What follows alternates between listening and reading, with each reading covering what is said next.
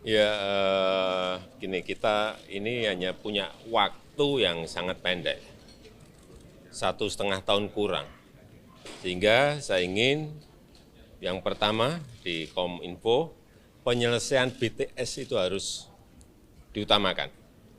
Penyelesaian hukum silahkan berjalan, kita hormati proses hukum, tetapi penyelesaian BTS-nya juga harus tetap berjalan.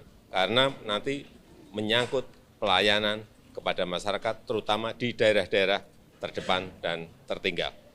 Hari ini ada kabar yang mengejutkan banyak orang, yaitu diangkatnya Budi Ari, Ketua Umum Projo, relawannya Jokowi, sebagai Menko Minfo oleh Presiden Jokowi.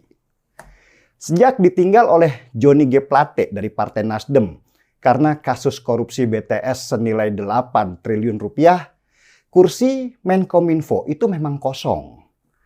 Saya memang sudah mendengar dari beberapa orang, mereka ditawari jadi Menko Minfo oleh Presiden Jokowi, tapi menolak secara halus. Kenapa? Nah, alasan ini yang menarik. Banyak dari mereka yang menganggap posisi menteri yang kosong sekarang ini itu kurang menarik.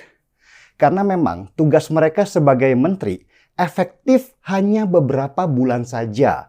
Sampai Presiden Jokowi akhirnya menaruh jabatannya, menyerahkannya kepada presiden baru yang terpilih nanti. Dan otomatis, meski jabatannya mentereng banget sebagai menteri, tapi secara kinerja tidak akan bisa berfungsi.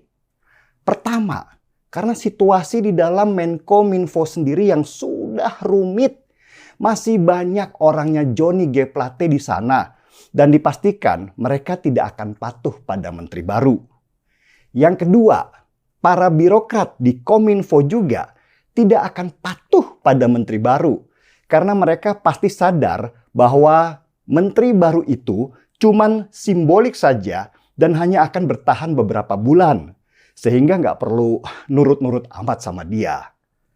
Jadi kebayangkan, sulitnya jadi menteri di akhir masa jabatan Presiden Jokowi. Buat mereka yang memang karakternya pekerja, tentu tawaran jadi menteri di saat sekarang itu nggak menarik amat. Karena nggak bisa kerja.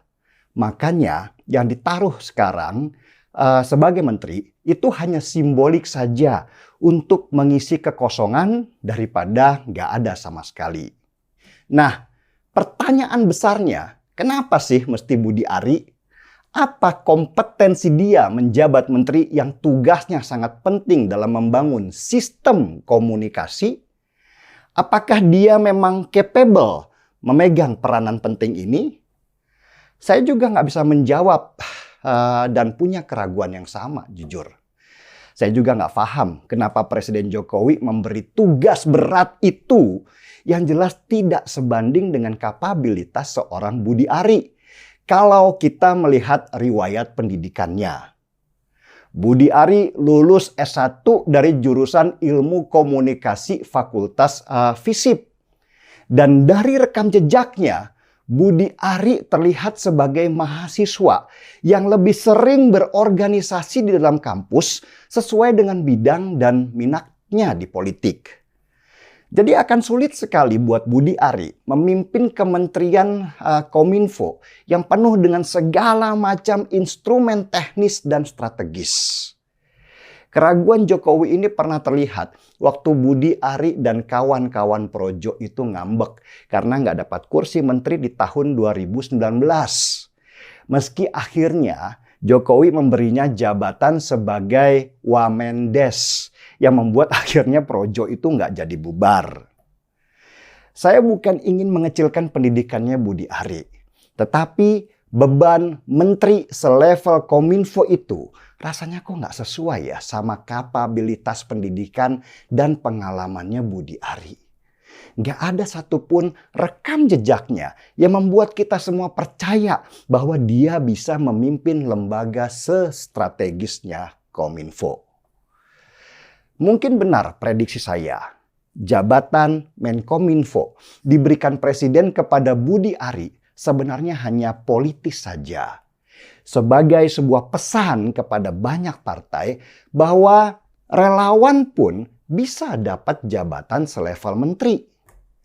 Mungkin juga sebagai sebuah tanda terima kasih karena sudah sangat setia kepada presiden selama ini. Atau memang Jokowi sedang memasang orang-orangnya karena sangat paham bahwa menteri dari partai itu sudah pasti nggak efektif karena partai-partai itu sekarang sedang sibuk bergerak untuk pemilu legislatif.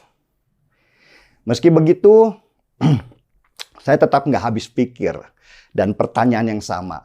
Kenapa mesti Budi Ari?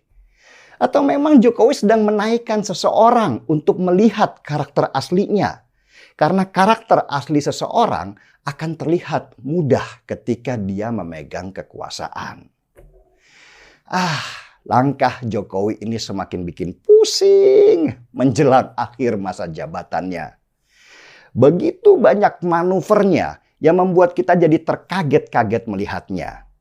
Yang pasti buat saya, Jokowi tidak ingin terlihat sebagai bebek lumpuh yang kutukan buat seseorang pemimpin di akhir-akhir jabatannya, di mana para menterinya sudah sibuk masing-masing sehingga negara bisa jadi autopilot seperti masa terakhir SBY ketika berkuasa.